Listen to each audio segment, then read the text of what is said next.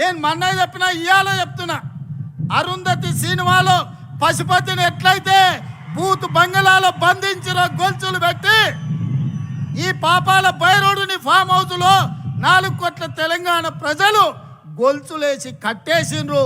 అక్కడే కుంగి కృషించి పోవాలి తప్ప అధికారం అనేది మీకు కలలో మాట. ఏదైనా ఉందంటే అది మీకు గతమే, ఇక మీకు భవిష్యత్తు లేదు. మీ భవిష్యత్తు శాశ్వతంగా ముగింపు పలికినరు తెలంగాణ ప్రజలు. అందుకే మిత్రులారా, చివరగా మా మిర్జిల్ మిత్రులకు ఒక్క మాట చెప్పదలుచుకున్నా, నేను ఏమిచ్చినా చివరికి నా ప్రాణం ఇచ్చినా కూడా తక్కువనే. మిర్జిల్ మండలానికి నిధులు పెద్ద విషయం కాదు. ఇవాళ నాకు దక్కిన గౌరవం ఈ మండలం, ఈ జిల్లా, ఈ రాష్ట్రం, ఈ దేశంలోనే కాదు ప్రపంచంలో. ఇవాళ మెస్సీతో ఫుట్బాల్ ఆడినా, ప్రపంచంలో మన గళం వినిపించినా, ఆనాడు మీరు నాటిన మొక్కనే ఈనాడు పెద్దదై ఈరోజు బాధ్యత నిర్వహిస్తున్నది. ఈ బాధ్యతను కొనసాగించడానికి నిండు మనసుతో మీరు ఆశీర్వదించండి.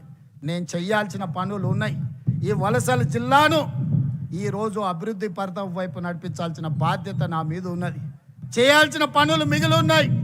ఆనాడు పండిత్ జవహర్లాల్ నెహ్రూ గారు ఏదైతే ప్రాధాన్యత పెట్టుకున్నాడో ఎడ్యుకేషన్ అండ్ ఇరిగేషన్, ఈ జిల్లాలో ప్రతి ఎకరాకు నీళ్ళు ఇచ్చే వరకు, ఈ జిల్లాలో ఉండే ప్రతి పేదవాడికి విద్యను అందించి ఉద్యోగ ఉపాధి అందించే వరకు నేను మీకు సేవ చేస్తూనే ఉంటా.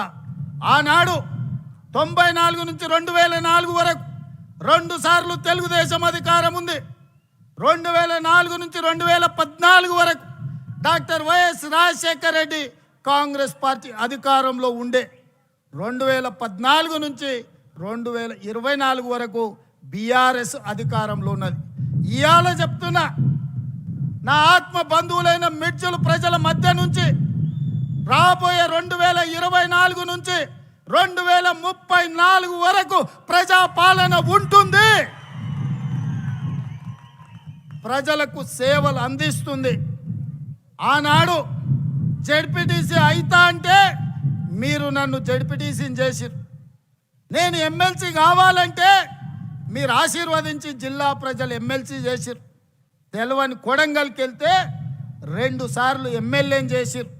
అక్కడ కష్టం వస్తే మల్కాజ్గిరి పార్లమెంట్లో ఎంపీని చేసిరు. కాంగ్రెస్ పార్టీ కార్యనిర్వాహక అధ్యక్షుడిని చేసిరు. 4 కోట్ల తెలంగాణ ప్రజలు 2వ తెలంగాణ ముఖ్యమంత్రిగా చేసిరు. ఇదంతా మీ ఆశీర్వాదం. ఇవాళ ఒకే ఒక్క విజ్ఞప్తి చేస్తున్నా, ఒకవేళ తప్పు జరిగితే అది శాశ్వతంగా తెలంగాణ రాష్ట్రానికి కాలరాత్రిని తెచ్చిపెడుతుంది. ఈరోజు వాళ్ళు దోసుకోవడానికి మొత్తం సిద్ధమై కూర్చున్నారు. అందుకే ఈనాడు తెలంగాణ యువకులు నడుం బిగించాలి.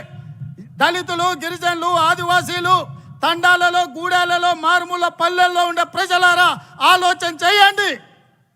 మళ్ళీ కాంగ్రెస్ రావాలి, రాహుల్ గాంధీ ప్రధానమంత్రి కావాలి.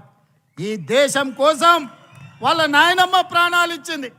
ఈ దేశం కోసం వాళ్ళ తండ్రి ప్రాణాలు ఇచ్చిండు. ఈ దేశం కోసం రాజీవ్ గాంధీ తర్వాత 35 ఏళ్ళు అధికారానికి దూరంగా సోనియా గాంధీ, రాహుల్ గాంధీ, ప్రియాంక గాంధీ గారు ఉన్నారు. కానీ ఈనాడు దేశంలో చారిత్రాత్మకమైన అవసరం ఉంది. ఈ చారిత్రాత్మకమైన అవసరమే రాహుల్ గాంధీ గారిని ప్రధానమంత్రిని చేయడం. మరి రాహుల్ గాంధీ గారు ప్రధానమంత్రిని చేయాలంటే నేను ఒక సమిధనై రాహుల్ గాంధీని ప్రధానమంత్రిని చేయాల్సిన అవసరం లేదా? మీరు ఒక్కసారి ఆలోచన చేయండి. అందుకే మిత్రులారా, నాకు సహాయం అందించిన చిన్నవాడైనా, పెద్దవాడైనా, పేదవాడైనా, వెనుకబడిన ప్రాంతమైనా గుర్తు పెట్టుకొని వెనక్కి తిరిగి సహాయం అందించే ప్రకృతి నాకు ఒక అవకాశాన్ని ఇచ్చింది. మరి ఇవాళ ఇంత పెద్ద అవకాశం ఇచ్చిన రాహుల్ గాంధీ గారికి, సోనియా గాంధీ గారికి, దేశ ప్రజలకు రాహుల్ గాంధీ గారిని ప్రధానమంత్రిని చేసే సందర్భంలో తెలంగాణ ప్రజలు అండగా ఉండాల్సిన అవసరం లేదా? ఆలోచన చేయండి. 60 ఏళ్ళ తెలంగాణ ఆకాంక్ష, వందలాది మంది తెలంగాణ బిడ్డల ప్రాణ త్యాగాలు, ఆత్మ బలిదానాలు చేసుకుంటూ తెలంగాణ రాష్ట్రం కోసం అసూలు బాసిన శ్రీకాంతాచారి, ఈశాన్ రెడ్డి, కానిస్టేబుల్ కిష్టయ్యను గుర్తు తెచ్చుకోండి.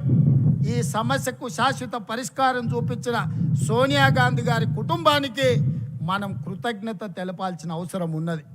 ఆ కృతజ్ఞతనే రాహుల్ గాంధీ గారిని ప్రధానమంత్రిని చేయాలి.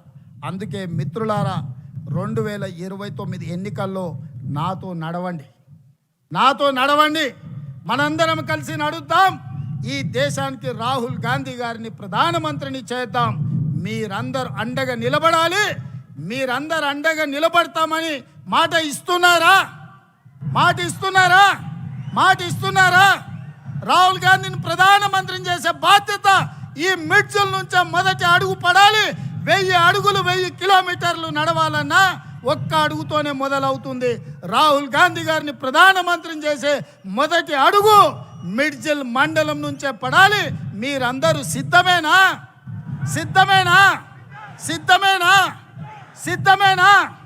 వేదిక మీద ఉన్న మా సోదరులు సిద్ధమైతే అందరూ లేచి నిలబడి పిడికిలు ఎత్తండి. జై కాంగ్రెస్, జై కాంగ్రెస్, జై సోనియమ్మ, జై సోనియమ్మ. ధన్యవాదాలు మిత్రులారా.